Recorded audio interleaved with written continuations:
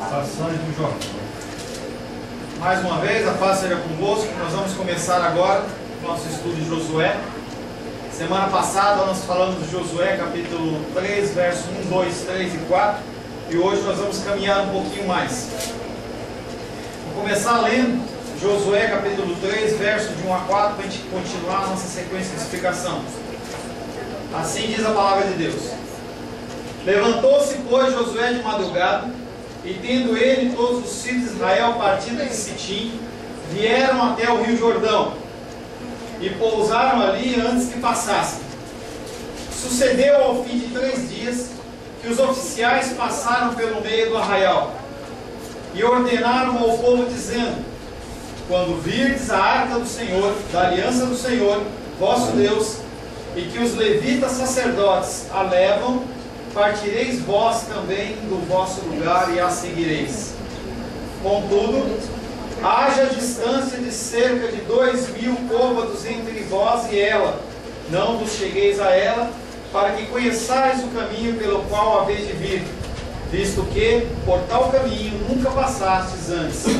Esse início, as pessoas elas estavam em Sitim, eles levantam acampamento nessa cidade de Sitim, que era perto do rio Jordão, e eles vão acampar perto do Jordão. E o comando é: quando vocês verem a arca se movimentando, vocês vão atrás dela. Procedimento semelhante ao que havia também na época de Israel, quando a coluna de nuvem durante o dia e a coluna de fogo durante a noite, que representavam a presença de Deus, quando ela se movia, o povo tinha que se mover. Então era um procedimento que o povo de Israel tinha, que agora ele era representado não por essas 2 colunas, mas pela arca do Senhor. A arca do Senhor, que ainda não tinha tudo que eu vou te falar, mas o que continha a arca do Senhor? O que tinha dentro dela? As tábuas da lei, a vara de Arão, que foi aquela vara que floresceu no sentido de dizer que ele tinha autoridade, e o pão do maná. Engraçado que o maná, ele não podia ficar de um dia para o outro, porque ele apodrecia, mas ele continuou na arca, porque foi o desígnio do Senhor. Tá? Vamos passar agora para verso 5. Josué capítulo 3, verso 5. Disse Josué ao povo. Nesse momento, ele começa a passar para o povo algumas instruções. Disse Josué ao povo: santificai-vos, pois, porque amanhã o Senhor fará maravilhas no meio de vós. É interessante esse texto, porque sem santidade ninguém verá Deus. Nós falamos um pouco no catecismo, e a santificação ela é necessária. Tanto que eu estou vou começar a preparar o nosso estudo de sábado, que não vai ser um específico para casais, vai ser no 3º sábado. Eu quero desde já que você prepare para você vir. A minha ideia é falar sobre santificação progressiva. O que é isso? Será que você, quando aceita Jesus como Salvador e é batizado, você fica santo? De jeito nenhum. A única coisa que acontece naquele momento, o teu espírito ele é recriado. Você pode ter acesso ao Pai através da figura de Jesus. Antes disso, não tem como. Mas você continua com as suas mentiras, você continua com as suas fofocas, você continua com todos os seus palavrões, todo o seu procedimento errado, todos os defeitos e um pouco mais. Porque a partir do momento que você tem o seu espírito recriado, você começa a ser confrontado com as coisas que você faz. E aí você começa a ficar com vergonha. Fica pior ainda. Fica pior ainda. E eu lembro que eu estava conversando ontem com uma pessoa, e ela falava assim: tem um casal na minha igreja que ele tem uma dificuldade com um certo tipo de pecado, de vez em quando ele aparece, mas quando eu vou falar, ele desvia o olhar, olha para baixo, fica com vergonha. E o que constrange não é o pastor, mas o que constrange é o Espírito Santo. Constrangimento. Disse Josué ao povo: santificai-vos. Nós temos que buscar uma santificação progressiva. Mas eu não consigo. Espírito Santo ele vai te capacitando. Passito, passito, lembra? Tem uma palavra que eu acho que é a música, né? Fala isso, você vai dando um passinho, um pouquinho, bem devagarzinho, mas você sempre olha para o alvo, sempre em direção ao alvo. Mas pastor, eu estou tão longe ainda. Eu estou tão longe ainda disso, da perfeição. Continua caminhando. O apóstolo Paulo ele dizia que ele andava em direção ao alvo. A coisa que ele queria fazer, ele não conseguia fazer. E o que ele não queria fazer, ele fazia. Ou seja, o apóstolo Paulo, depois de Jesus, ele é o maior homem no Novo Testamento. Ele era semelhante a mim e semelhante a você. Sujeito a paixões, sujeito a desejos carnais. Ele vivia lutando, fraquezas humanas. E o espinho na carne é uma coisa dessa, para que você não se fique que nem um pavão, né? Tão cheio, eu sou, eu posso, eu abri a igreja de Éfeso, eu fiz a de Corinto, eu ministrei na Galácia. O Senhor vai lá e coloca um espinho na carne. A gente não sabe se é um espinho, uma dificuldade visual, a gente não sabe se é uma enfermidade física, se é um problema de intestino, se ele não podia comer pizza, não sabe. E Deus sabe o momento, até quando ele tem que deixar esse espinho, que é no caso, muito vantajoso ter esse espinho às vezes. E no caso do apóstolo Paulo, ele não tirou até a porta. Não se fala desse espinho de saída. Não se fala desse espinho de saída da carne do apóstolo Paulo. Então ele, como homem, como eu e você, somos dependentes do Espírito Santo todo o tempo. Então nós temos que nos santificar. E pastor Paulo, quanto mais, eu estava pensando assim, quanto mais a gente pede santificação, para ficar mais você sente mais impuro, aí você acha que você está pior ainda. Pergunta para você. Quando você pede santificação, o que acontece? O que acontece, irmão Cláudio, quando você ora e fala assim, eu quero ser mais santo? Eu sinto a presença de Deus, do Espírito. Não, o Espírito Santo ele se manifesta, mas você recebe o Deus, ele vai, já usei esse exemplo lá de novo. Deus vai lá, manda o anjo pegar um cálice, mais bonito, um cálice. Pega um cálice de santidade e derrama mais umas gotinhas na sua vida, é isso? Ou ele permite que você passe por situações, em especial naquilo que você tem dificuldade, porque pode ser que você não tenha problema de mentira, mas eu tenho. Pode ser que eu tenha problema de pornografia, você não tenha. Então o Senhor ele começa dentro da possibilidade que você pode suportar, porque ele não é uma pessoa, um ser maligno, em que ele vai fazer assim, agora eu vou tentar o irmão se nomar no que ele não aguenta. Vou ver ele cair, viu? Consegui, não é isso. É um ponto fraco, né? Não é isso. Eu posso fazer um comentário? Pode, só um minutinho. Então, Deus ele sabe que você tem que ser moldado em partes que talvez eu não enxergue ou você não enxergue. Então, ele identifica em você o ponto fraco e ele começa a permitir que você seja levado a situações como essa, sempre orientado pelo Espírito Santo para que você, no meio da dificuldade, você cresça. O senhor agora acabou de responder o que eu ia dizer, porque aquele exemplo que o senhor deu, que a gente deve, ele ora, quer dizer, a gente ora para pedir para melhorar. Eu me sinto constrangido porque eu tenho consciência que eu não tenho aquela melhora desejada e nem sei como fazer, ou não tenho interesse naquele momento de fazer. Mas Deus permite que eu passe. O senhor acabou de responder e agora? Eu ia comentar sobre isso. Mas aí eu pergunto para você, você acha que Deus não sabe que você não consegue? Tá. Eu postei um vídeo na internet e eu vou começar a ir na casa das pessoas para estar auxiliando com o site. Falei com vocês, depois eu vou estar ligando para as pessoas. Tem um vídeo que eu postei de um pastor americano chamado Paul Washer, é um cara bem duro dentro da palavra, e ele fala assim, quando você pega... Mais do que o senhor? Eu sou algodão doce. Algodão doce. E ele fala o seguinte, que as pessoas chegam para ele e ele está cansado de ouvir esse tipo de coisa e fala assim, eu sou fraco, pastor. Entenda que você é fraco. Eu sou fraco. O pastor Paulo foi fraco. Pedro foi fraco. Os grandes pregadores são fracos. Todo mundo é fraco. Mas e como é que é isso, pastor?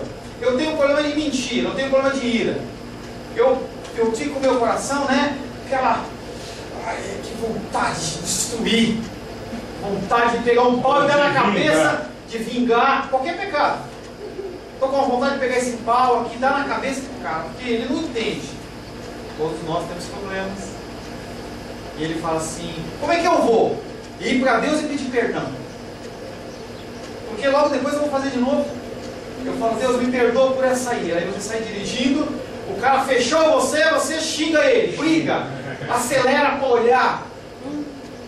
Mas eu estou pecando de novo. Será que eu não tenho que ir para minha casa, me recolher, meditar, até que meu coração esteja mais puro, e aí eu vou a Deus? Será que Deus, eu não estou sendo hipócrita em ir até Deus toda vez, toda hora, todo momento? Exatamente não. Você está sendo bíblico, porque a palavra de Deus nos afirma que nós não temos condição nenhuma de nos arrependermos, a não ser através do Espírito Santo.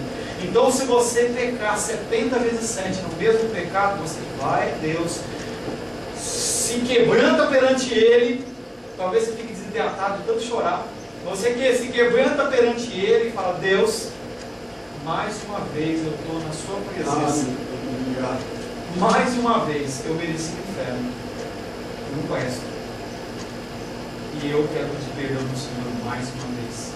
Eu conto com a sua misericórdia sobre a minha vida. E você sai da presença do Senhor e provavelmente você vai pecar de novo. Ele sabe disso. Ele vê você. Ele sabe o seu procedimento, o seu jeito de ser. Mas não deixa de mudar. Você achar que você pode fazer algo é uma blasfêmia contra o que ele está dizendo que você não pode fazer. Nós temos que entender, também nós não vamos nos soltar. Não é isso que eu estou falando. Estou falando que toda vez que você pecar, você tem uma pessoa que chama-se Jesus Cristo, que Ele é o meu intercessor e o seu intercessor. E Ele vai levar ao Pai e falar, Pai, perdoa o apóstolo Paulo, quem não sabe o que fez. É Deus, através de Cristo, nos perdoa de novo, e de novo, e de novo. Tá? Disse, pois, Josué ao povo, santificai-vos, porque amanhã o Senhor fará maravilhas no meio de vós. E Deus tem feito maravilhas na nossa vida. Deus tem feito maravilhas. Pode não acontecer as coisas como a gente quer, né? O Senhor, Ele aprova, o Senhor, por algum motivo que a gente não sabe, algum senhor que fez a operação hoje, ele estava falando para mim que ele está com dificuldade. Mas, entre uma gama de 6 bilhões e meio de pessoas, talvez uma grande quantidade que precisasse passar por esse procedimento de saúde, o Senhor aprove permitir que ele passasse. O Senhor faz maravilhas no meio de nós. Alimentação. Está brincando com você, vai para o gama almoçar. Pensa no Senhor, maravilhas o Senhor faz no meio de nós. Para se preparar para os eventos vindouros, o povo deveria se santificar, se consagrar, para que você viva o melhor de Deus no sentido das coisas que estão por vir. Você tem que se consagrar. E eu pergunto para você, o melhor de Deus ainda há por vir? Sim ou não? Não. Não? Sim, alguém acha sim? O melhor de Deus ainda há por vir? Gente, o melhor de Deus já veio. Chama-se Jesus Cristo de Nazaré. Não tem nada melhor que Deus possa fazer. Pastor, mas e meu casamento? E meu emprego público? Não é o melhor. O melhor é Jesus Cristo. Não há coisa melhor. Não há coisa mais linda e maravilhosa do que a figura de Cristo na sua vida, que permite que você possa ter acesso ao Pai, porque Ele é o caminho, a verdade e a vida. Então nós temos que nos santificar, nós temos que nos consagrar. Abra aí Êxodo capítulo 19, verso 10. E verso 14 a 15, eu vou ler. Êxodo capítulo 19, falar um pouco sobre essa consagração. Um exemplo de consagração. Êxodo 19, verso 10. Disse também o Senhor a Moisés: vai ao povo e purifica-o, hoje e amanhã, lavem eles as suas vestes. Verso 14: Moisés, tendo descido do monte ao povo, consagrou ao Moisés, tendo descido do monte ao povo, consagrou o povo e lavaram as suas vestes. E disse ao povo: estai prontos ao terceiro dia e não vos chegueis a mulher. A santificação e consagração espiritual, porque as vestes aí não é só as vestes físicas. Pergunto para você, você acha que Deus ele vai deixar de se manifestar porque você está com uma camisa grande, branca, terno, gravata, camiseta? Deus ele é acima dessas coisas. Quer dizer que você não pode decidir tomar um banho, no seu banho você orar ao Senhor? Deus não está preocupado com isso. Ele é preocupado em envolver o teu coração. E aí ele fala das vestes no sentido de uma aparência externa, mas também fala em vestes espirituais no sentido de consagração física e espiritual e emocional. Você tem que se abster das coisas que são do mundo. Voltando para o catecismo, você tem que santificar. Quanto mais você buscar santificação, mais você se aproxima do Senhor. Quanto mais você peca, quanto mais você suja as suas vestes espirituais, você se afasta. O que afasta a gente de Deus? O que afastou Adão de Deus? O pecado. Se a gente busca a santificação, se Deus vê no teu coração pecaminoso o intento e desejo de acertar, Ele olha, conversa com alegria e Ele começa a fazer. Aí eu quero me santificar. Eu quero me afastar da ira. Eu quero me afastar dos comentários jocosos, das brincadeirinhas. Deus, me ajuda. Palavra na sua cabeça. Vai começar a vir palavra. Situações. E você tropeça e cai. Daqui a pouco você não tropeça. Você vai evoluindo. Santificação progressiva. O Senhor ele vai indo. Por quê? Se o Senhor ele colocar a temperatura lá nos 300 graus, você, opa, não aguenta. Que nem pipoca. Viu pipoca? Você pula, não aguenta. Então ele vai devagarzinho, aumentando a temperatura devagarzinho. Não aguentou, ele volta um pouquinho. Ele vai, até que chega o momento que você está, opa, eu estou santificado. Se você for analisar a sua vida cristã, você vai ter vários exemplos de coisas que você já largou. Algumas você ainda está lutando para não cometer. Santificação progressiva. Algumas passaram. Os ritos exteriores que a gente falou de limpar as vestes, mas tinha o objetivo de favorecer a ligação deles com Deus, a ligação deles poderem se sentir bem. Quando você está com uma veste decente, um procedimento decente, você se sente como se estivesse mais fácil, é como se fosse uma atmosfera para você estar perto do Senhor. E aí ele fala sobre o crente, ele deve celebrar esses atos maravilhosos de Deus.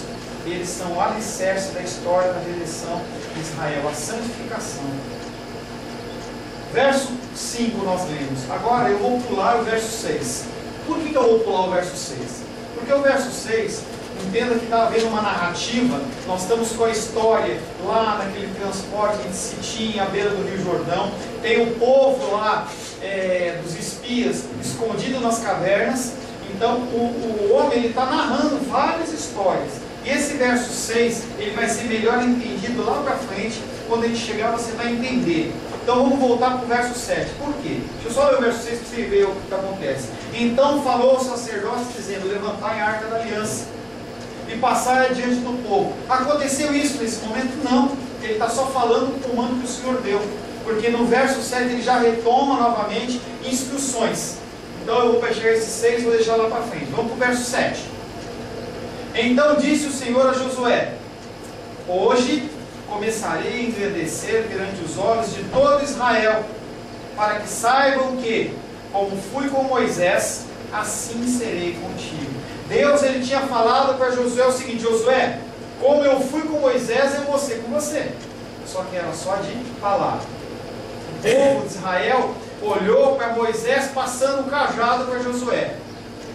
Sabia que Deus tinha dado essa autoridade, mas não tinha visto nada acontecer. Aí nesse momento o Senhor fala assim: então disse o Senhor a Josué: hoje começarei a engrandecer perante os olhos de todo Israel, para que saibam que fui com Moisés e também vou ser contigo. Moisés ele fez milagres e maravilhas, abriu o mar vermelho, e ele falou assim: também vou começar a dar sinais, para que as pessoas possam reconhecer em você um líder. Já falei isso. Sinais são para os cristãos, para os crentes ou para os que não creem? Sinais e maravilhas, milagres. Para quem não crê. Para quem não crê. Então a pessoa não crê, Deus ele sabe do teu coração, sabe que você precisa de algo a mais e Ele concede.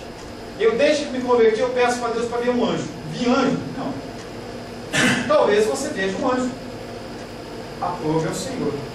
Então, se nesse momento ele olha, Deus olha para aquele povo de Israel e vê que tem pessoas ali que têm um coração, será que Deus falou mesmo? Será que Moisés passou essa autoridade para ele mesmo? Aí Deus ele vai acabar de acertar aquelas pessoas que estão ainda dispersas, como Tomé. Tomé ele tinha uma dificuldade ali, a palavra de Deus diz no Evangelho que Tomé estava lá, se eu não ver o cravo, o buraco dos cravos nas mãos, e não ver onde entrou a lança, eu não vou acreditar. E muitas vezes a gente olha para Tomé e fala assim, homem sem fé. Talvez ele estivesse sendo zeloso, a gente não sabe. Talvez ele estivesse falando assim, não, eu sei quem é o meu Cristo, eu não vou aceitar qualquer um não. Ele vai ter que mostrar. É uma outra visão de Tomé naquela história. E nesse caso, as pessoas elas tinham dúvida. Será que eu vou entrar para guerrear? Lembra do quadro? Saíram do deserto, do Egito, carregando espadas? Não. Carregando armas de guerra? Não. Tinham treinamento de guerra? Não. Eles eram escravos. Vão para o deserto. A primeira geração morre toda porque não se converte ao Senhor. Uma nova geração surge. Alguns filhos pequenos que estavam ainda no Egito. E de adultos, quem que continuou? Josué e Caleb, ponto. Mais Moisés e Arão. Eles entram. E eles vão entrar numa terra em que eles vão guerrear. Olham para aquela muralha de Jericó, que era conhecida, em que a largura da muralha era excedente a largura dela, 2, 3 vezes essa largura da nossa lateral da nossa igreja. Ninguém conseguia transpor aquilo. Podia ter dúvida no coração deles. E aí Deus fala assim, não, eu vou começar a mostrar no dia de hoje que da mesma maneira que eu fui com Moisés, eu vou ser com você. Vai acontecer coisas milagrosas, mas esse povo tem que se santificar. Verso 8. Tu, pois, ordenarás aos sacerdotes que levam a arca da aliança, dizendo, ao chegardes à borda das águas do Jordão, parem aí. Interessante, por que vai parar? O que vocês acham? O povo, 3 milhões e meio de pessoas, sai de Sitim. Primeira coisa, para na beira do Jordão. O irmão Sebastião vai viajar na sexta-feira. Imagina que ele prepara as malas todas no domingo. E aí quando chega na quarta-feira ele não viajou ainda. Na quinta-feira ele não viajou ainda. E aquelas malas no meio da casa. Foi acontecer. 3 milhões e meio de pessoas desmontaram o acampamento. Saíram de Sitim. Foram na beira do Rio Jordão. O Rio Jordão estava tranquilo, né? Transbordando, cheio, a água, aqueles troncos passando, levando enxurrada, e Deus faz aquele povo parar na beira do Jordão. Para que Deus fez isso? Aleluia! Para quê? Ele não falou que ia abrir agora. Quando eles virem e parar na beira do Jordão e ficar de frente para aquela água toda lá. Não foi para que eles vissem as dificuldades. Aqui ó, olha aqui, fale. Para que eles vissem a dificuldade para compreender a intervenção divina, para eles atravessar e vencerem aquela dificuldade. Muitas vezes Deus permite que você passe por dificuldades para você ver quão grande é o seu Deus. E você para na beira da dificuldade e fala assim, como que eu vou fazer isso? Como que eu vou conseguir? É aquele momento de você estar naquele suspense. Deus cria um suspense. Cria um suspense. Imagina, poxa, a gente não vai atravessar? E aquela dificuldade. Aquela dificuldade. É como se você estivesse parando para fazer a prova, né, da OAB, né, Sebastião? Mas aí você fala, o cara chega e fala assim, olha, você chega 5 horas antes, você fica sentado na cadeira. Com a prova na tua frente. Você não pode olhar, hein? Imagina a angústia. Por isso que Deus estava gerando o povo. Mostrando para eles a dificuldade do que iria acontecer. Tu, pois, ordenarás aos sacerdotes, não era qualquer sacerdote, era um sacerdote levita, que era aqueles que eram comissionados pelo Senhor, da tribo de Coate, que era da linhagem de Davi, para poder carregar a arca de uma maneira toda especial. Ordenarás aos sacerdotes que levam a arca da aliança, dizendo: ao chegardes à borda do rio Jordão, parareis. Verso 9. Então disse Josué aos filhos de Israel. Bom, ele ouviu o recado de Deus. Ele é aquele que é o sacerdote, que hoje nós não temos, hein? Você não precisa ir para Deus de falar comigo. Você não precisa ir do bispo, do apóstolo. Você não precisa ouvir ninguém. Você vai à palavra. Jesus Cristo é o caminho, a verdade e a vida. O Espírito Santo pega a sua oração pecaminosa através de gemidos inexprimíveis e leva até o Pai e fala assim: olha, o que ele está falando é isso, mas o que ele quer dizer realmente é isso. Tá? Mas naquela época não era assim. Naquela época tinha Josué, primeiro Moisés, depois Josué como intermediário. Então Deus fala assim: vem cá, Josué, vou falar com você. Vai lá e fala para o povo. Então disse Josué aos filhos de Israel: chegai-vos para cá. 3,5 milhões de pessoas, gente. Você consegue imaginar isso? Gente, 3,5 milhões. Gente, vem. Você acha que as pessoas não ouviram? Não sei. Não sei explicar. Mas como é que... Será que Deus usava Josué, entendeu? E só as pessoas, as 50 que estavam na frente ouviam, e os outros ficavam assim? O que está acontecendo? Eu não sei o que acontecia ali. Não sei. Eu sei que se ele chamou o povo para a santificação, se o povo chamou o povo para ouvir uma mensagem, alguma coisa aconteceu ali. A voz de Deus é a voz como de muitas águas. Não sei se Josué naquele momento tinha uma voz mais forte, ou se ele falava e as pessoas elas tinham o sentido auditivo apurado. Não sei explicar. Eu sei que as pessoas elas estavam a par do que estava acontecendo naquele momento. Chegai-vos para cá e ouvi as palavras do Senhor nosso Deus. Verso 10, para encerrarmos. Disse mais Josué. Ele não falou nada ainda, mais um pouco.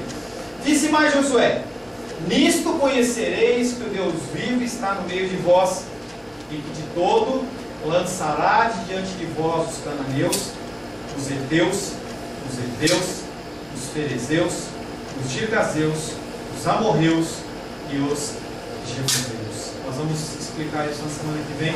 Mas ele começa a falar quem que vai ser destruído. O que vai acontecer quando esse Deus de poder, quando esse Deus de milagres e maravilhas, quando esse povo se santificar, o que vai acontecer? Todas essas pessoas vão se curvar àquele que era e aquele que há de vir. Também conhecido pelo povo de Israel como grande eu sou. Não eu era, não é o eu vou ser, mas o eu sou no sentido de eu não tenho início, não tenho fim, eu sou o alfa, sou o ômega, sou aquele que visita o passado, visita o presente, visita o futuro, aquele que vive na eternidade, aquele que medita de eternidades em eternidades. Antes que tudo fosse criado, eu já era. Depois que tudo acabar, eu vou continuar a ser. Eu vou limpar essa terra para vocês a possuem, porque é assim diz o Senhor. Amém? Vamos bloquear no versículo 10. No versículo 10 a gente vai retomar a leitura e nós vamos voltar à explicação. Amém? Feche os olhos. Senhor, queremos agradecer ao Senhor por esse tempo em que estivemos na Tua presença, lendo e estudando da Tua palavra. A Tua palavra é rica, a Tua palavra, Pai querido, é doce, ela é eficaz. Algumas vezes ela também é amarga, Senhor, no sentido de nos confrontar aos nossos desejos pecaminosos, Pai. Nos ensina mais, Pai. Fala conosco. Que esse dia, Pai querido, seja o dia em que nós possamos refletir da Tua graça e do Teu amor, em nome de Jesus. Amém.